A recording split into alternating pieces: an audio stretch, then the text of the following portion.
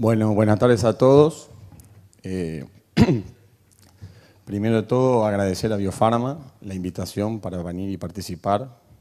Felicitar a Biofarma, porque la verdad que el nivel del evento es muy bueno, está muy bien organizado, nos trataron como en casa.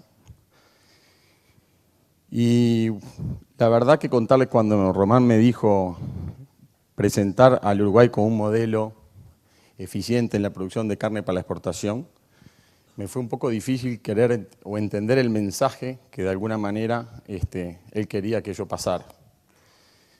Y discutiendo un poco con él,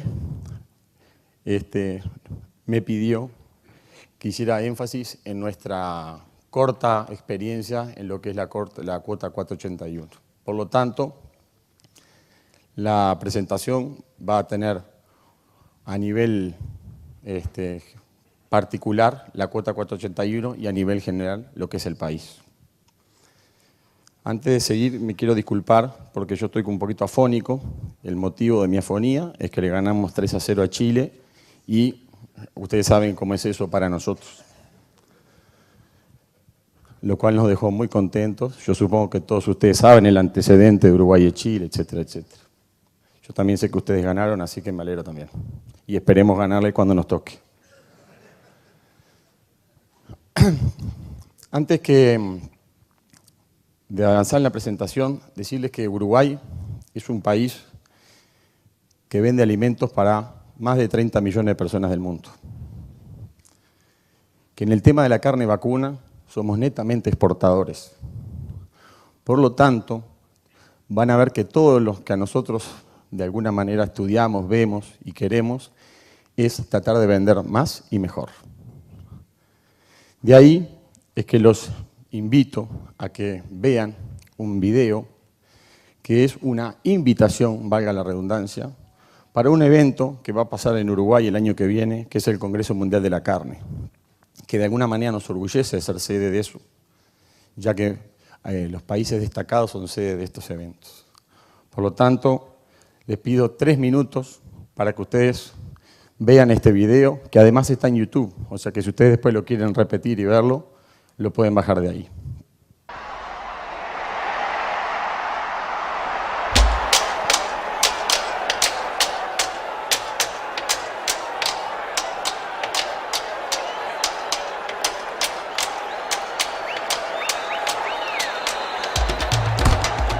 Because we're all playing the same game.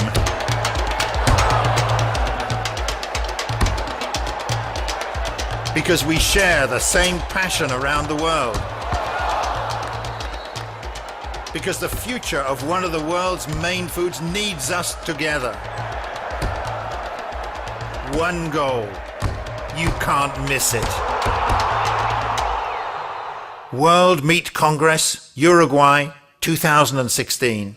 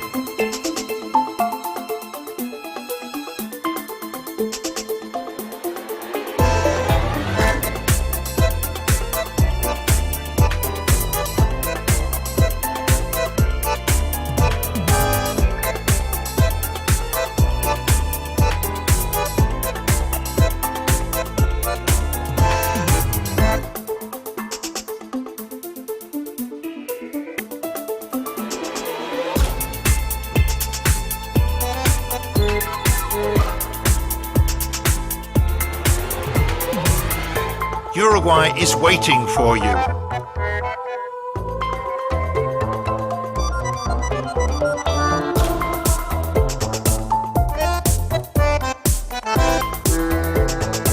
Come and discover the secrets of Uruguayan meat production one by one and taste its culture. Come and meet the last great farm.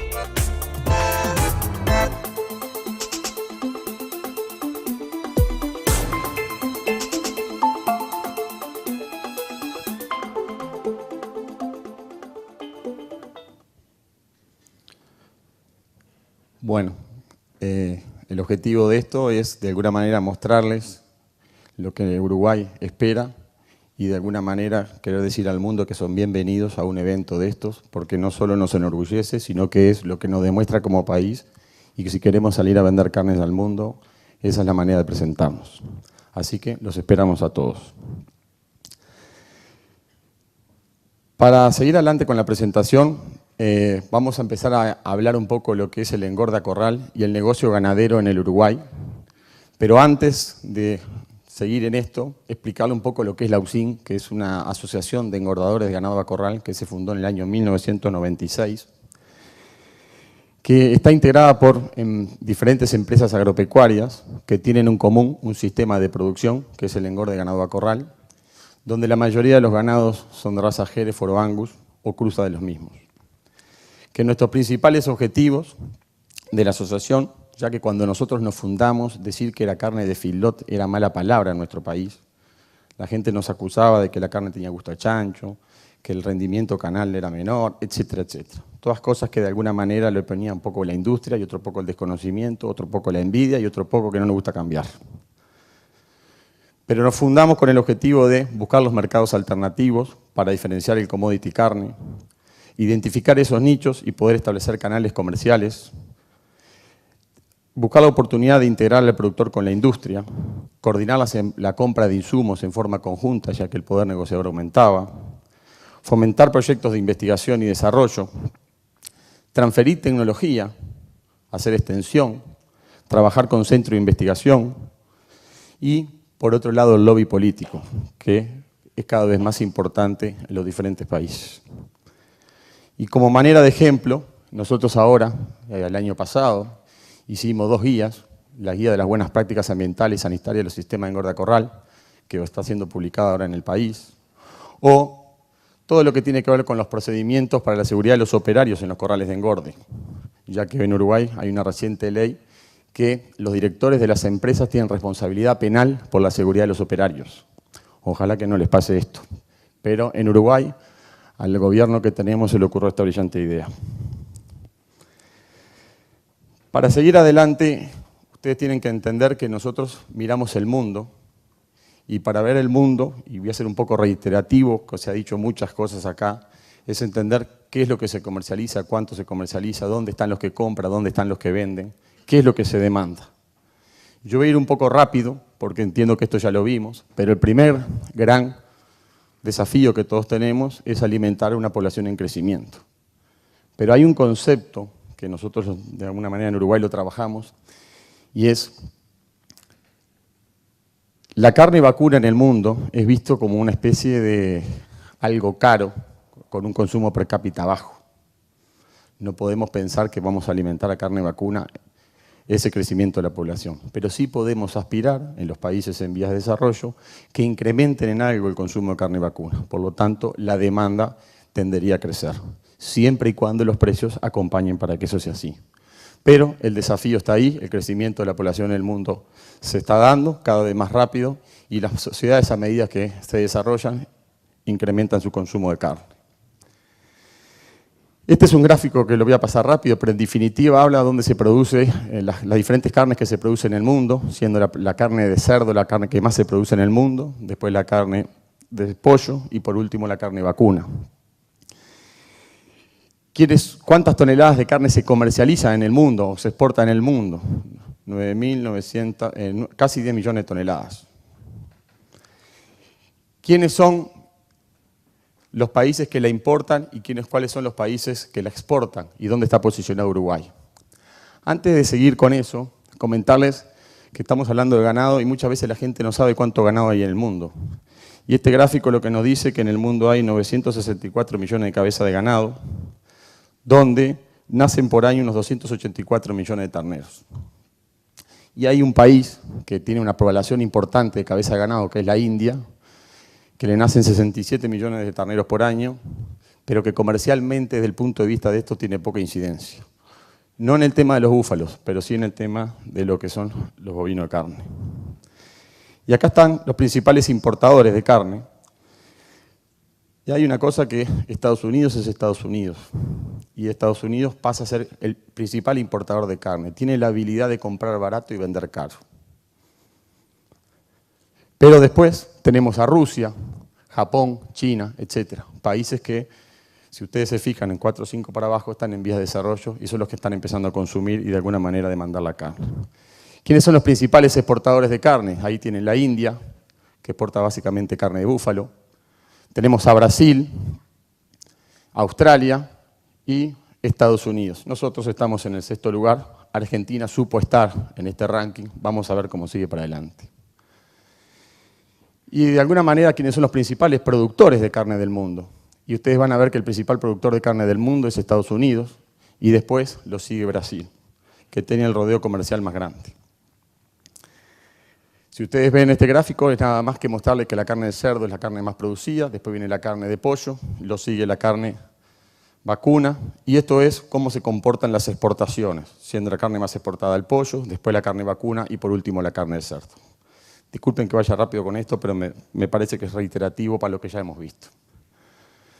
Ahora vayamos al Uruguay, nuestro país. Tenemos aproximadamente 16 millones de hectáreas, donde en los últimos años ha venido pasando lo mismo que en Argentina, un proceso de crecimiento de las áreas agrícolas, donde la soja pasó a tener una área importante, desplazando de esas áreas a la ganadería. De alguna manera, nosotros pensamos que eso iba a golpear en el rodeo vacuno, pero en realidad el rodeo vacuno uruguayo está creciendo. Y si nosotros miramos el último cierre del 2015, que tenemos los datos primarios, ya estamos en las 12 millones de cabezas de ganado. Y acá el primer problema que tenemos. Somos un país que tiene un índice de extracción en faena del 17,8% y miren para atrás cómo es. Y esto es ya uno de los problemas que tiene el país, que tiene mucho ganado que pero produce poco. Cuando los países tienen un índice de extracción bajo, menos del 20%, normalmente son sistemas de producción extensivo y hay un alto potencial de crecimiento, pero por diferentes razones en nuestro país no se da. Ayer el presentador del frigorífico, me olvidé el nombre, le pido disculpas, hablaba que Uruguay estaba en su techo productivo. Y yo cuando lo escuchaba, de alguna manera decía, en realidad me duele lo que decís, pero tenés razón. Tenemos potencial de producir mucho más, pero por diferentes circunstancias el Uruguay está estancado en un índice de extracción en el orden de 17-18%. Más adelante les voy a explicar por qué, cuáles son las circunstancias. ¿Qué le pasó al Uruguay con este crecimiento del área de la soja? Que la soja pasó a ser para nuestro país el principal rubro de exportación, donde toda la vida fue la carne vacuna. La carne bovina pasó a ser el segundo exportador, el segundo en exportaciones. Esto es para que vean lo que exporta Uruguay. Y acá me discúlpenme que yo puse 250.000 toneladas, pero eso es peso tonelada embarque, no es equivalente carcasa. Equivalente carcasa son 350.000 toneladas. Cuando se habla de peso equivalente embarque es la cantidad de kilos que se exportan directamente, o sea, es un container de 20 toneladas, de huesada, etc. No haciendo esas comparaciones de equivalente carcasa. Pero en definitiva lo que les quiero mostrar es que nosotros estamos bastante estabilizados en las toneladas de carne que exportamos. Siendo que el Uruguay exporta entre el 60 y el 70% de su producción. El número es muy fácil. Nosotros somos 3.300.000 personas, consumimos aproximadamente por cápita 60 kilos, 60 por 3.300.000 te da 200 y pico mil toneladas de consumo de carne vacuna. Menos los 600.000 que producimos, te caen los 300 y pico largos que exportamos. Y acá empezamos a ver al precio de la tonelada que el Uruguay exporta. Este es un índice de comparación internacional. Esto es lo que miramos, los países que exportamos para ver cómo están otros que compiten con nosotros. Nosotros hace 10 años teníamos un precio de tonelada exportada que era menos la mitad que Australia. Y hoy tenemos un precio de tonelada exportada que es muchas veces, hasta veces mejor que Australia. Por supuesto, abajo de Estados Unidos. Y eso es parte de toda la estrategia del Uruguay como país exportador de carne, queriéndose posicionar en el mundo, los programas de marketing, etc.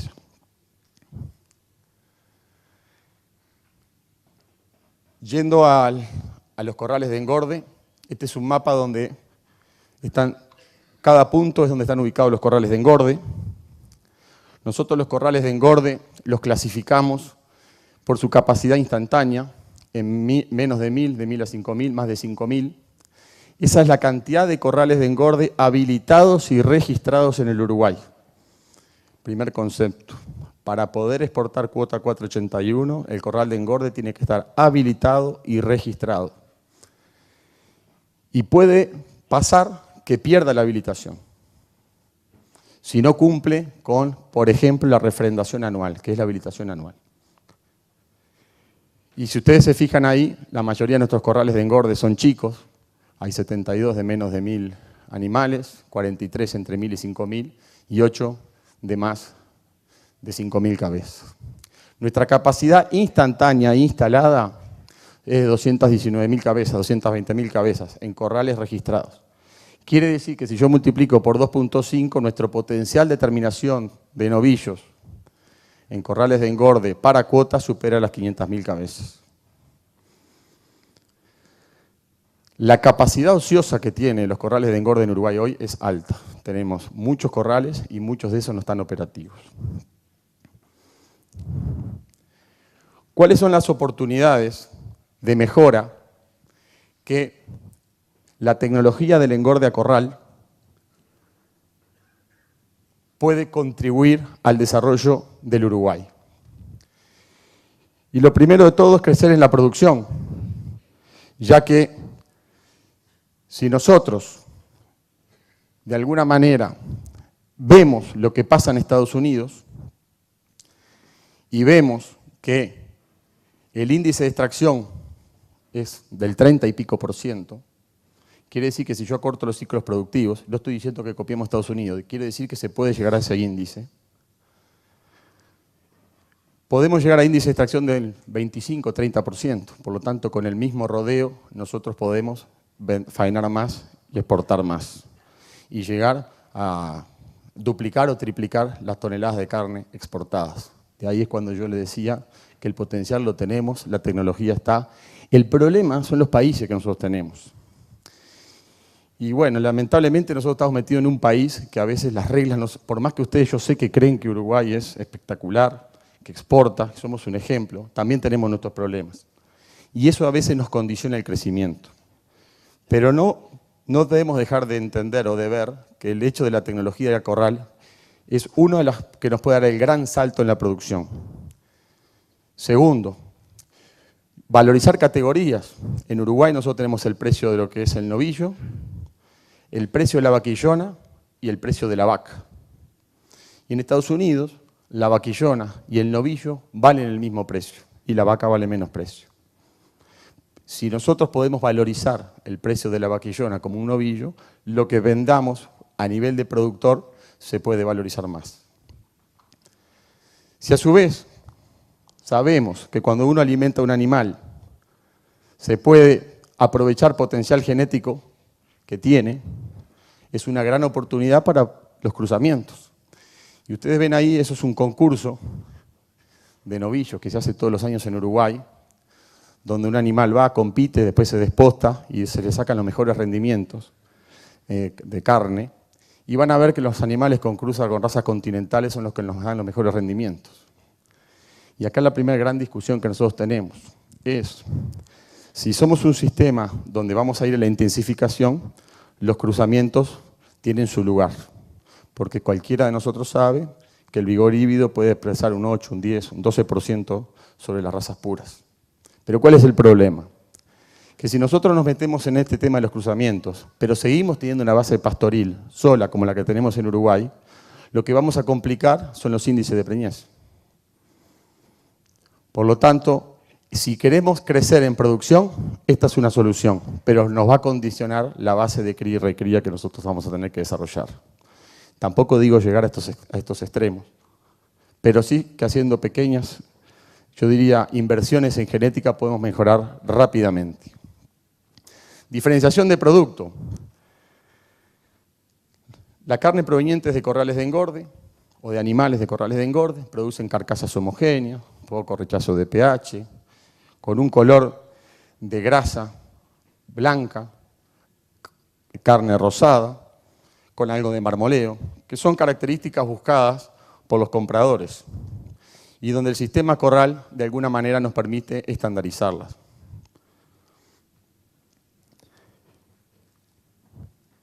Acá viene el gran cambio, y es cuando, a través de ese litigio que ustedes saben de la cuota de la Unión Europea con Estados Unidos, le fabrica una cuota, algunos países dicen yo tengo, al estar en la Organización Mundial de Comercio podés participar, ahí entra Australia, entra Nueva Zelanda, entramos nosotros y ahora acaban de entrar ustedes.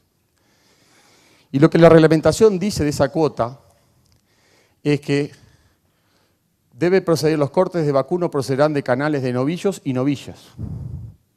Ya algo importante, la vaquillona y el novillo para esto vale lo mismo.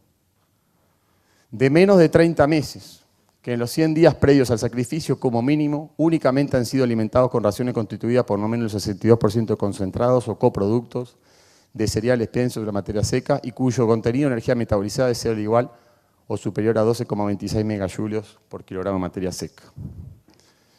Nosotros vimos que podíamos cumplir con este requisito, por lo tanto el Uruguay podía ser partícipe de esa cuota. Y fue ahí que nos empezamos a lanzar a producir ganado para exportar dentro de esta cuota. ¿Cuál es el proceso productivo que nosotros hacemos para tener el ganado apropiado para esta cuota? Y el proceso productivo empieza cuando ustedes tienen un ternero que se desteta entre 6 y 8 meses de edad. Los periodos de destete nuestros andan entre marzo, junio, por ahí marzo, abril, mayo, etc. Y acá viene lo más importante, que es la etapa de recría. La etapa de recría es donde nosotros, a los ganados que nosotros tenemos británicos, le desarrollamos el frame para que después, cuando lo encerremos en un corral de engorde, tenga el principal atributo que la industria frigorífica nos paga a nosotros en un novillo de cuota 481, es el peso. Es lo que más vale. Cuanto más pesada la carcasa, más nos pagan el animal. ¿Y por qué? Por el padrón de los cortes. Escucharon hoy lo que pesa una carcasa en Estados Unidos. Las carcasas que le vende Australia a Europa.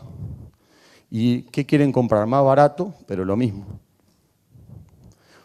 Por lo tanto, la recría pasó a ser parte de un cuello de botella en nuestros sistemas de producción, ya que no es fácil llegar con el animal, con la edad requerida, para ingresar en el corral de engorde, para poder cumplir el requisito de dieta y tiempo, y para poder ser faenado con el peso necesario para alcanzar los mercados exportadores. Pasa a ser la recría para nosotros algo muy importante, y tan importante pasa a ser que en el mercado se empieza a premiar con un precio diferencial, que más adelante se lo voy a mostrar, aquel animal que ha sido mejor recriado y que nos daría la oportunidad de encerrarlo en un corral de engorde y venderlo para la cuota. Pero para que ustedes entiendan, para lograr ese objetivo de recría, tenemos que tener ganancia aérea de 600, 700 gramos por animal día, desde el destete hasta el ingreso a los corrales de engorde. Que nuestro objetivo es lograr un novillo de 380 a 400, y si pueden de 420, como peso de ingreso en el corral de engorde, donde le suministremos durante 100/110 días la dieta para lograr el novillo de 520 kilos con menos o con un máximo de 30 meses de edad.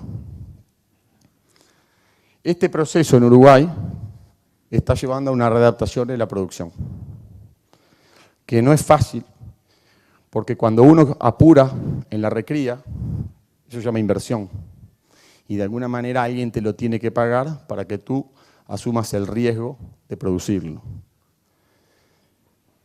Por suerte, y yo creo que esto en Uruguay es un modelo de negocios que funciona y funciona bien, porque se está transfiriendo del precio final que recibimos nosotros, los corrales de engorde, al precio del recriador, un valor diferencial por producir este tipo de ganado.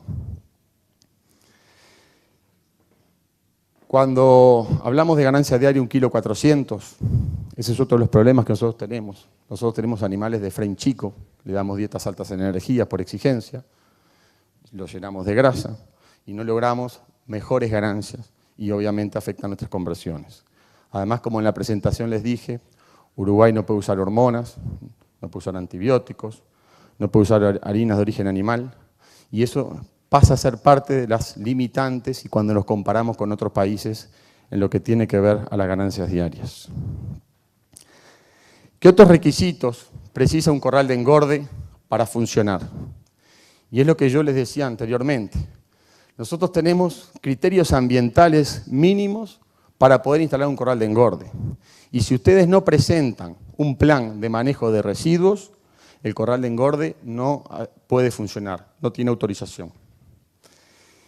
Y para que ustedes sepan hasta dónde está llegando nuestro plan de manejo de residuos, hoy lo último que tenemos es que los productos veterinarios que ustedes utilizan tienen que ponerlos en envases de diferente color, una bolsa amarilla, roja o verde, y ese producto no lo pueden destruir en el establecimiento, lo tienen que llevar a un container que alguien lo va a pesar y lo va a recibir como que ustedes no contaminaron con eso en su establecimiento.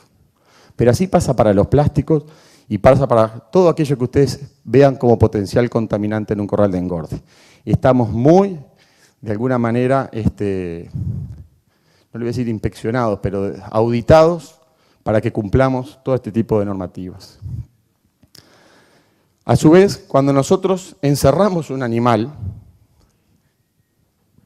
el Estado quiere que se cumplan los requisitos que se llaman animales de cierta edad, encerrados en un corral de engorde habilitado y registrado, que a su vez cumpla con las exigencias de alimentación.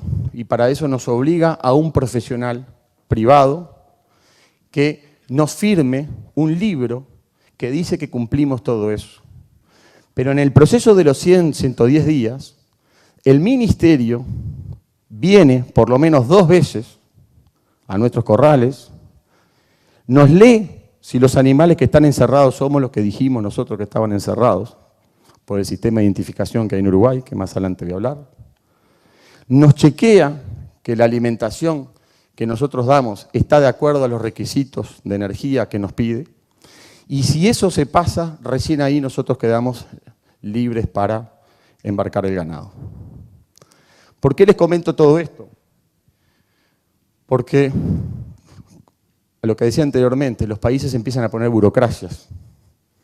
Y fíjense en todo lo que les conté, lo que tenemos que hacer nosotros para poder exportar un novillo de la cuota 481. Y como ustedes saben, Uruguay es un país que tiene un sistema de trazabilidad individual. Electrónica, una caravana, visual, otra. Y nosotros tenemos registrado el 100% del rodeo vacuno, lo cual estamos orgullosos y contentos. Pero eso también nos da instrumentos de fiscalización y da instrumentos de procedimientos. Y entonces, cuando nosotros queremos vender un animal dentro de la cuota 481, en función de la edad o el día que nosotros anotamos ese animal cuando lo inscribimos, empieza a correr los 900 días comerciales, que eso son meses de 30 días. Por lo tanto, tampoco son 30 meses, son 900 días comerciales.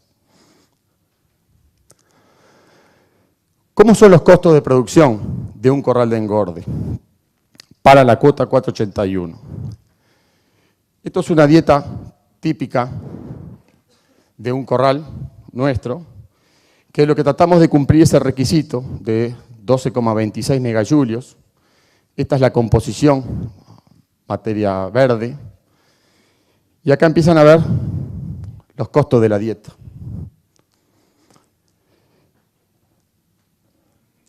Esto es el costo de cada uno de los insumos, el costo del núcleo. Y empezamos a llevar en nuestra asociación un registro de cuánto es lo que nos sale producir un novillo de cuota y calcular lo que se llama el break-even del negocio. Nosotros tenemos un sistema que publica los precios semanales de lo que es la tonelada de maíz, de sorgo, y el índice del novillo gordo. Esto es cómo va la evolución. Esos dos componentes de precios de la comida, más los componentes de precio de la reposición, que nosotros lo tenemos publicado, ya ves la relación entre el precio del ternero y el novillo gordo, o el precio del novillo de 1 a 2, que es el novillo de 12 a 24 meses con respecto al novillo gordo.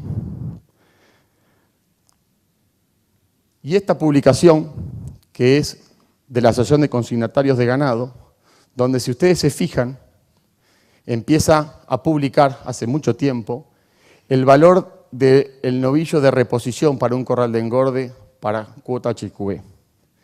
Y si ustedes miran, esta semana, un ternero de hasta 140 kilos valía $2.21, los terneros promedio $2.03 y el novillo de 380 a 400 kilos $1.93.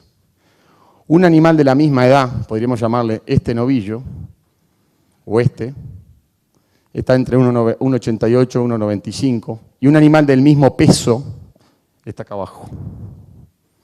Por lo tanto, un animal pesado más nuevo vale más que el mismo animal viejo del mismo peso. Y eso es cuando yo les digo que se empieza a traspasar a lo que recrían. Y de ahí nace el índice. ¿Qué es el índice?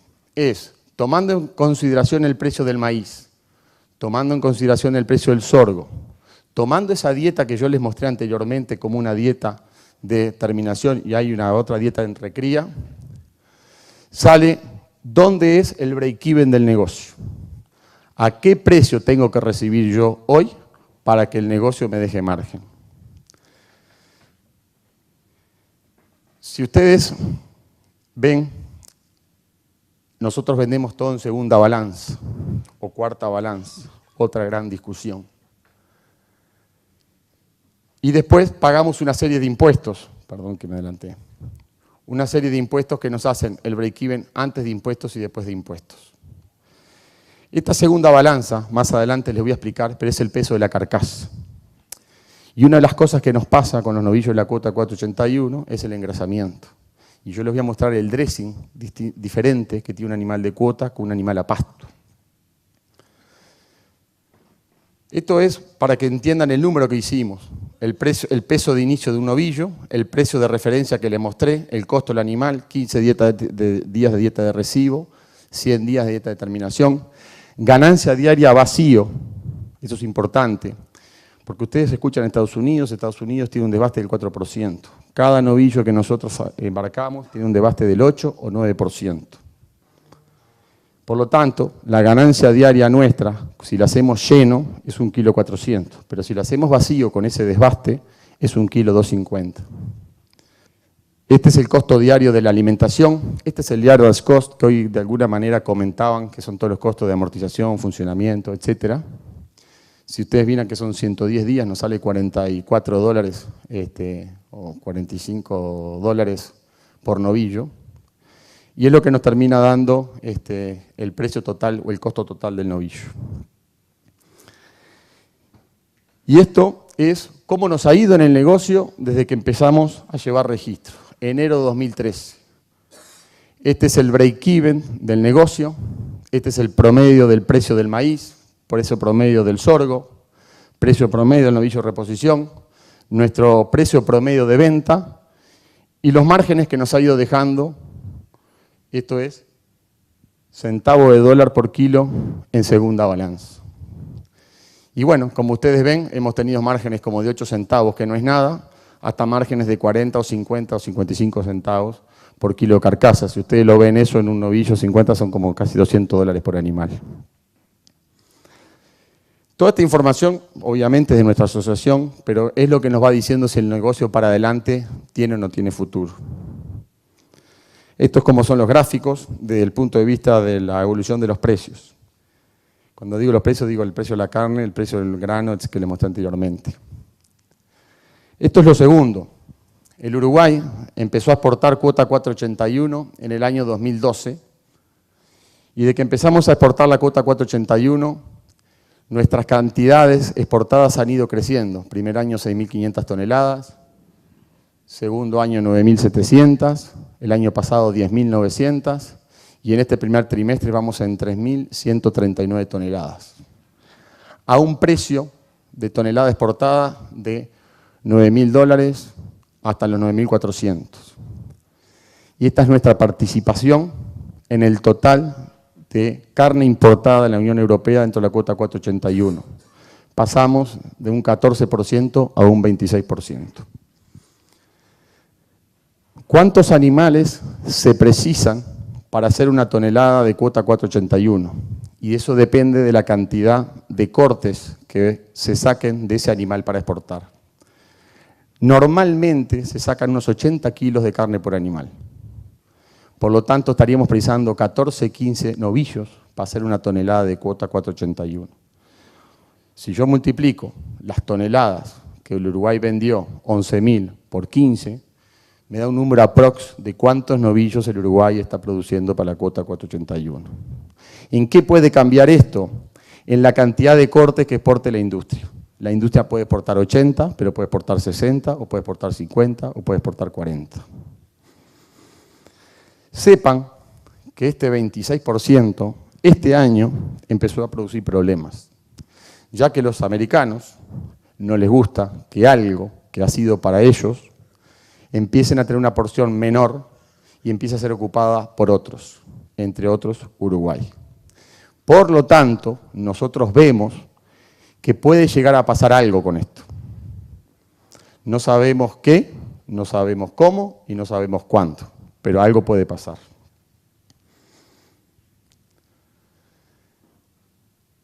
Lo que sí es, a nuestro entender, destacable es la estabilidad del precio de venta, $9.000 la tonelada.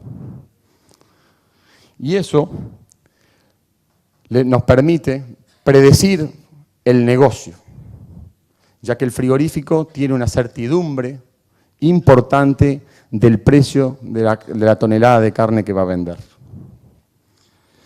¿Por qué les traje a colación el dressing? ¿Qué es el dressing? Después de que ustedes faenan un animal, le sacan el cuero, las vísceras, etcétera, etcétera, nosotros tenemos un proceso de emprolijamiento que en Uruguay se define o se entiende por la secuencia operacional realizada en la playa de faena, en caliente, a los efectos de una presentación uniforme de las canales.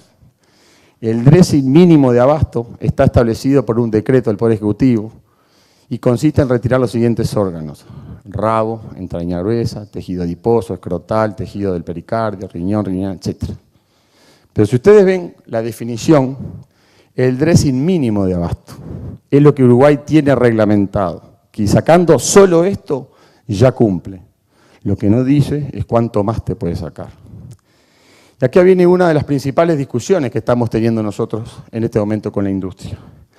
Ya que si ustedes ven cuánto rinde un animal nuestro previo al proceso de dressing y después del proceso de dressing, les explica que un animal previo al proceso de dressing para la cuota 481 rinde el 63,57%, y después del proceso de dressing nos queda en un 56,52%.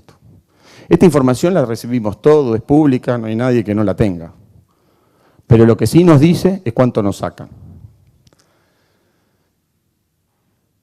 Esto de alguna manera ha generado en nuestro país ver cómo se puede transparentar la información y poder tener oportunidades de mercado para discutirlo. Y de ahí que nuestro instituto, el INAC, empezó a publicar todas las semanas los dressing que hacen todas las plantas de faena del Uruguay. Para que nosotros, cuando le vendamos a una o a otra, podamos elegir cuál es la que hace menos dressing. Al mismo precio, la que hace menos dressing es más precio para nosotros. Dicho así es fantástico, pero en la realidad no funciona así. La realidad funciona que todos se ponen el mismo precio y normalmente las que hacen menor dressing y saben, te pagan un poquito menos. Por lo tanto, no siempre la información que es buena quiere decir que arregla el mercado. Pero sí genera transparencia. Por lo menos, si me van a pagar menos, por lo menos sé que me pagan menos. Y esto que les traje es para que ustedes comparen cuántos kilos es el dressing de un novillo HQB de Ausín y cuál es el novillo de pastura que publica el INAC, la cantidad de kilos. ¿Por qué pasa esto?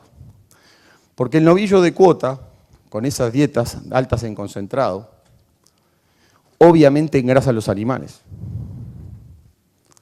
Y el frigorífico no quiere grasa y cuando va a exportar a Europa tampoco quiere grasa. Entonces lo que hace es sacarla y no está dispuesto a pagar una tonelada de grasa el valor que paga el precio del novillo en segunda balanza. Pero esto es un descuento para nosotros, porque nosotros pusimos esa grasa en el animal para alcanzar el peso. ¿Para qué? Para que tenga los padrones los cortes. ¿Cómo se arregla esto? La que todos queremos, faenar animales más livianos. La que no se puede, quieren carcasas más pesadas. Y ahí viene la tecnología, mejor recría, más pesada, empezar con los cruzamientos, razas continentales.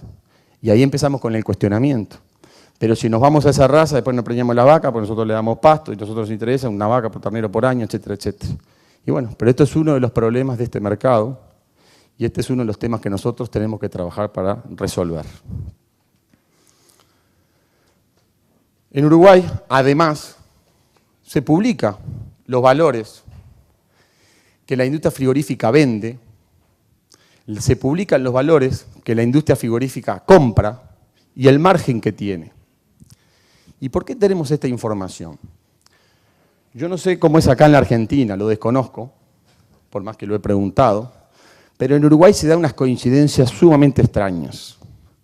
Cuando hay oferta de ganado, bajan la faena. Entonces, ¿qué pasa con el precio? Baja. Entonces, por la vía de regular la faena, regulan el precio del ganado. Y ustedes me dirán, bueno, cambien la manera, te bajan la faena. No hagan oferta, y es lo que estamos haciendo, por eso no crecemos. Lamentablemente en nuestro país hay algo que nosotros decimos que es horrible, pero en definitiva es lo que hacemos, que es producir menos para que valga más. Es horrible lo que estoy diciendo, pero en nuestro país funciona así. Yo cuando escuchaba la presentación anterior, que eran 4 frigoríficos, que él confiaba y le mandaba a la hacienda el precio promedio, en nuestro país no funciona. No sé acá en la Argentina, en nuestro país no funciona. Y los fenómenos de coincidencias, porque si uno dice si otra palabra se ofende, pues tenés que probarla, entonces cómo probarla, es complicado, te amenazan, cosas, cuestión. En definitiva, lo que termina pasando es que ¿cuándo es que no puede regularse el precio? Cuando no tiene oferta. Entonces, cuando ayer el expositor decía que Uruguay está en el techo productivo, y yo decía, me remuerdo, no es porque no podamos producir el triple, por supuesto que podemos producir el triple. Pero lamentablemente tenemos un sistema de comercialización que no nos permite crecer. Y yo lo que le voy a decir es con ánimo comparativo, nada más. No quiero que nadie se ofenda y no quiero que nadie piense mal. Pero nosotros para nosotros decimos que los frigoríficos son para nosotros como los Kirchner fueron para ustedes. Y no quiero con esto nada más que decir el comentario, pero en definitiva es así.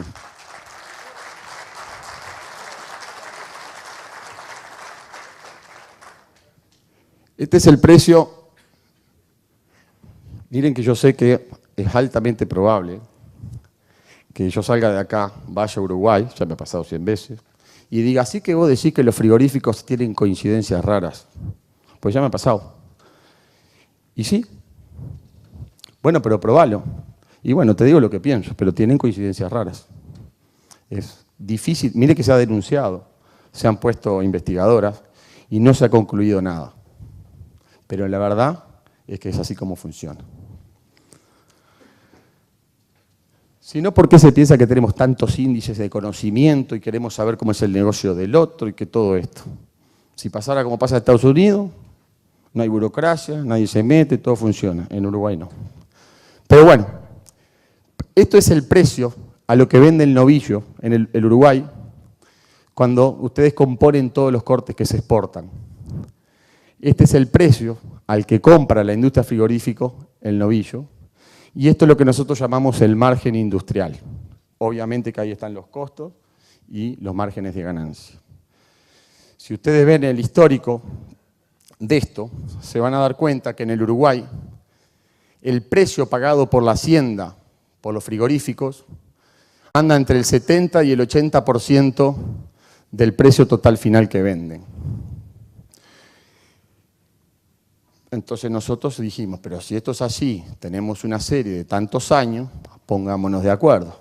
70, 80, dividido 2, 75. Ya está. No funciona. Lo que de alguna manera sabemos es el margen que tienen. ¿Qué nos dice esto? Nos dice algo importante, que la industria frigorífica gana plata y que nos va a pagar los ganados. Nos dice otra cosa, que si ganan mucho, probablemente otros se quieran meter en el negocio. Entonces pasa algo tan ridículo como que está pasando hoy, que en los últimos 5 o 6 años en Uruguay se han hecho plantas frigoríficas nuevas.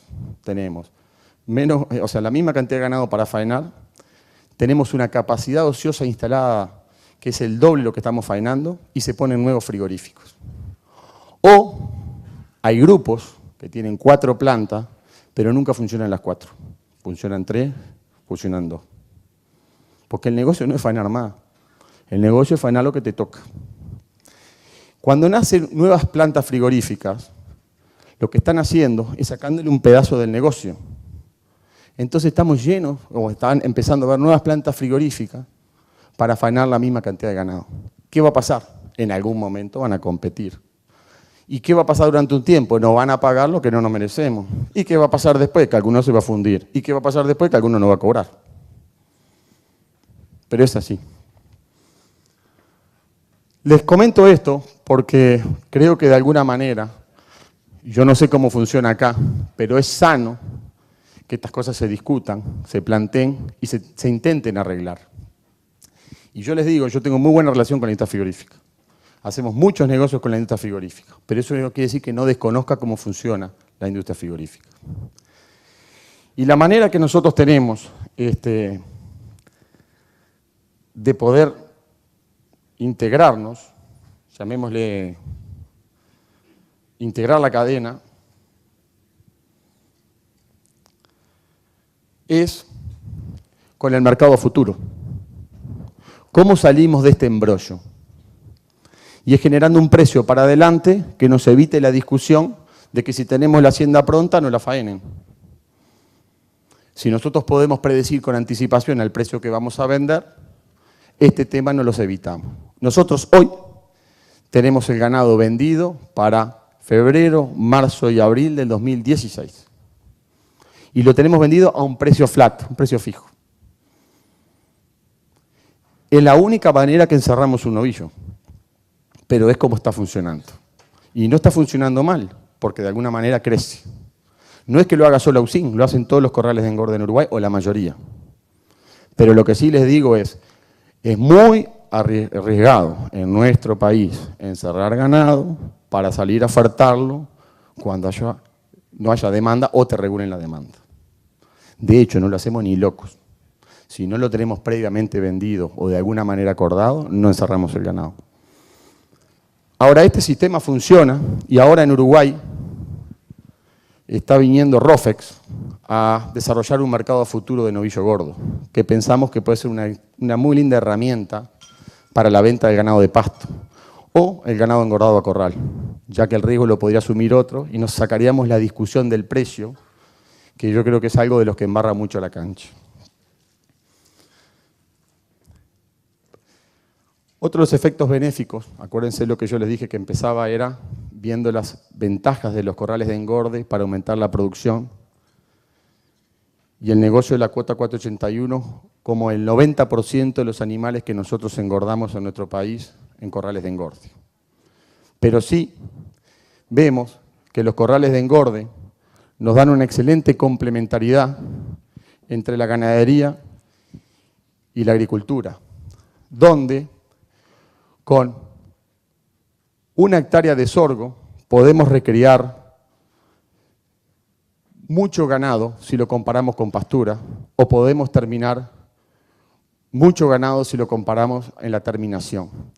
Y para no avanzar en los números, pero fíjense que nosotros, para recriar aproximadamente 1 millón de novillos, que es lo que recriamos por año, precisamos 278.000 hectáreas de sorgo. Para terminar 1 millón de novillos, precisamos unas 303.000 hectáreas de sorgo. Y yo les dije que el Uruguay tenía 16 millones de hectáreas. Por lo tanto, si existiese una buena complementariedad, acá habría un gran potencial de aumentar la producción. Este es otro gran capítulo. 5. Bueno, este es otro gran capítulo que es el impacto medioambiental. ¿Y cuáles son las acciones de mejora que nosotros tenemos que hacer para minimizar el impacto ambiental? Y en definitiva, lo que tenemos que intentar es que el novillo produzca menos estiércol. Por lo tanto, dietas más digestibles producen menos estiércol. Y ahí mostrarles que un novillo por año encerrado produce más o menos 1 tonelada de estiércol. ¿Y dónde? La reducción de producción de heces es el primer factor de reducción de polución. Las dietas de bajas en fibra se caracterizan por mayor digestibilidad, por lo tanto menos contaminantes. Y hoy en Uruguay hay muchas regulaciones de las contaminaciones medioambientales y estamos empezando a tener la posibilidad de riesgo de contaminar nuestras fuentes de aguas potables, el río Santa Lucía. Y acá otra discusión, si el ganado a pasto es mejor que el ganado a grano. Para mí hay lugar para los dos, mercado para los dos. Pero es una discusión que yo creo que a veces no es sana, ya que el ganado a grano normalmente contamina menos que el ganado a pasto. Pero hay nichos, hay oportunidades o hay países que tienen estos sistemas de producción y la calidad de la carne puede tener una ventaja. Por lo tanto, yo creo que son sistemas complementarios, no compiten entre ellos. Este es otro gran distintivo que tiene nuestro país, que es la trazabilidad. Todo el rodeo vacuno está identificado con una caravana electrónica y una caravana visual. Cada vez que nosotros vamos a embarcar a un frigorífico, tenemos que leer en el tubo todos los animales que vamos a embarcar, todas las caravanas, y se envía esto, que es la lectura de todas las caravanas que van a ser embarcadas, para que llegue a frigorífico, reciba esas caravanas y haya trazabilidad. Y si ustedes ven acá, empiezan a saltar algunas características, que son los asteriscos, que quiere decir que hay alguna dificultad en la trazabilidad de ese animal, como por ejemplo, que el animal no está trazado porque perdió la caravana, o que llegó a ese establecimiento hace menos de 40 días, entonces no puede, si no tiene una permanencia mínima de 40 días, no puede ser embarcado para la exportación en los negocios normales, en los negocios de cuota, 100 días. Pero como este es un ganado que iba para el abasto, para el mercado interno, no pasa nada porque no va a tener destino a exportación. Este es el sistema que se desarrolló en Uruguay para la trazabilidad. Cada uno de nosotros, productores, tenemos un número que nos identifica, ya sea el corral de engorde o un establecimiento, que nosotros accedemos como usuario en la página web y mediante una contraseña nos permite, esto lo que está haciendo es cómo lo haríamos nosotros, mediante una contraseña nos permite saber en este momento la cantidad de ganado que nosotros tenemos en nuestro establecimiento. Esto lo ven ustedes, pero también lo ve el gobierno. Pero nosotros estamos contentos de esto. ¿Por qué? Porque es un instrumento que nos ha permitido conquistar mercados, es un instrumento que nos permite una seguridad, por ejemplo, en el abigeato, o es un instrumento de manejo. Se han hecho encuestas en el Uruguay, cuál es el grado de aceptación de la trazabilidad, y la mayoría está conforme por las oportunidades y la valorización que nos ha dado. Esto es una foto de la cantidad de ganado que había en el establecimiento, en este caso nuestro, tal día, la clasificación por edad, la clasificación por sexo y la clasificación por raza. Y esto tiene que coincidir con su stock, Porque si un animal se muere también hay que informarlo. O si un animal se vende, se baja solo el sistema, porque la guía esa electrónica te lo baja. Otro concepto, el de bienestar animal, que son esos conceptos que a veces son un poco discutidos, o sea, uno trata de que el animal viva lo más feliz posible para después matarlo, pero en definitiva, el concepto es, ¿qué es mejor? Un novillo a pasto, en un día seco obviamente, o un animal engordado en un corral de engorde. ¿A ustedes qué les parece que tiene mejor bienestar? Y ustedes saben quién es, de alguna manera, no voy a decir la inventora, pero la que ha trabajado más en el concepto de bienestar animal, que es Temple Grandin. Me gustó esta frase que decía lo del grano, que el concepto de que el grano es como una torta o un helado para una vaca. Pero, en definitiva, yo creo que ha trabajado mucho y bien para poder manejar más eficientemente el ganado y, de alguna manera, empezar a tener argumentos para contrarrestar este tipo de manifestaciones, en este caso son de vegetarianos, pero que suceden en el mundo por el maltrato animal, que atentan contra nuestro objetivo, que es producir y vender mejor. Esto es lo último. Parece que ahora la carne te mata como el cigarrillo. Y lamentablemente, por más que a nosotros nos dicen eso, me decís, pará, yo como 60 kilos nunca pasó nada, mi abuelo, mi tío, afuera, cosa, cuestión. Pero en definitiva esto es el mundo. Y contra esto tenemos que pelear. Y los medios, de alguna manera, son los que se encargan de multiplicar esto.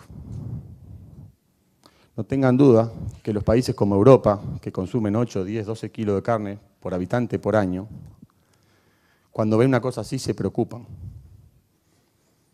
En nosotros está dar la pelea con argumentos científicos, que hay y de sobra. Lo único que hay que tener es la oportunidad de los medios. Normalmente una noticia buena se multiplica por 2 y una mala por 16. Pero existen argumentos sobrados de los beneficios de la carne. Después podemos hablar si de corral, no corral, los omega 3, omega 6, pero hay beneficios sobrados. Y atrás de esto pasan otras cosas. Este fenómeno que pasó en Francia ya golpeó en la carne vacuna. Ya golpeó. Uno es por lo que golpeó, por lo que está pasando, que el turismo se frena. 2, porque ya empezaron a jugar los especuladores. No hay turismo en Francia, hay que bajar el precio. Y no hay turismo en Francia, hay turismo en Europa. Entonces, todas estas cosas, y es tan sensible el comercio internacional, que nos termina golpeando en aquellos productos que no son esenciales para la alimentación. Yo con esto les agradezco. Lo que quería dejarles un mensaje de nuestra experiencia, de alguna manera fomentarles la oportunidad. Ustedes como argentinos, obviamente, le tenemos que agradecer todos estos años, porque nos han dejado un lugar fantástico para crecer nosotros, nos han dado oportunidades de posicionarnos, y de alguna manera creo que lo hemos sabido aprovechar. También somos conscientes que ustedes tienen un país fantástico, tienen todas las ventajas naturales, mucho más las que nosotros tenemos, y que si le arreglan 3 cositas más, los vamos a tener como competidores o como colegas dentro de esta cuota y otras cosas más. Muchas gracias.